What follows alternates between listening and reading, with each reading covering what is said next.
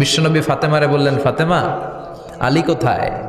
ফাতেমা বলল, আপনার জামাই আলী আমার সাথে ঝগড়া করে বাইরে গেছে। বিশ্বনবীর চেহারাটা আগুনের গোলার মতো লাল হয়ে গেল।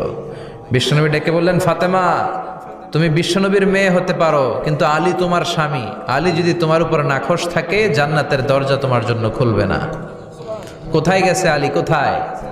বললেন যে মসজিদে নববীতে গেছে। বিশ্বনবী যে দেখলেন বালির উপরে আলী শুয়ে আছে। বিশ্বনবী মজা করে ডাক দিলেন, ইয়া আবা তোরাব। তোরাব অর্থ বালি, তোরাব মানে কি? বিশ্বনবী ডাক দিলেন, ইয়া আবা তোরাব, মানে হে বালির বাবা আলী, ওঠো। এখন আলী ওঠে না, রাগ করে আসছে। বিশ্বনবী এদিক দিয়ে তাকায়, আলী ওইদিকে তাকায়। বিশ্বনবী ওদিকে আসলে আলী এদিকে তাকায়। মনে মনে করে এতক্ষণ আপনার মাইয়াই গুতাইছে, এখন আপনি গুতাইতেছেন।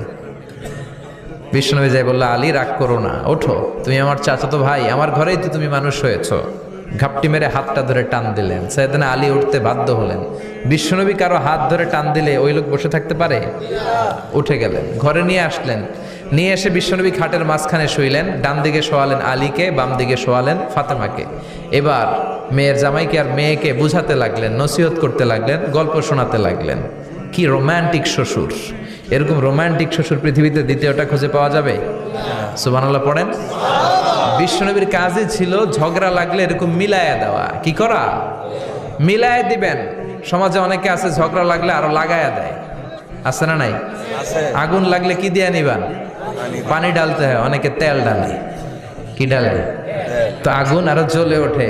বিশ্বনবী বললেন, না, খবরদার, ইসলাহু যাতিল বাইন, মিলায় দিবেন। স্বামী স্ত্রীর ঝগড়া মিলায় দেন, ভাইয়ে ভাইয়ে কোপাকুপি মিলায় দেন, এলাকায় এলাকায় গ্রামে গ্রামে মারামারি না লাগাইয়া মিলায় দেন। জান্নাতে আপনার ঘরটারে বড় করে দিবে কে? বিশ্বনবীর কাজ ছিল মিলায়া দেয়া। ইসলাম শিখিয়েছে শেষ নিঃশ্বাস পর্যন্ত তোমাকে লড়ে যেতে হবে। এই পৃথিবীতে কেউ কাউকে জায়গা করে দেয় না, জায়গা করে নিতে হবে। এই পৃথিবীটা, the life is not a bed of roses, এটা ফুল বিছানো কোনো ফুল সজ্জা নয়, এটা কণ্টকা কীর্ণ। কেউ আপনার স্পেস করে দিবে না, কেউ আপনাকে সুযোগ করে দিবে না।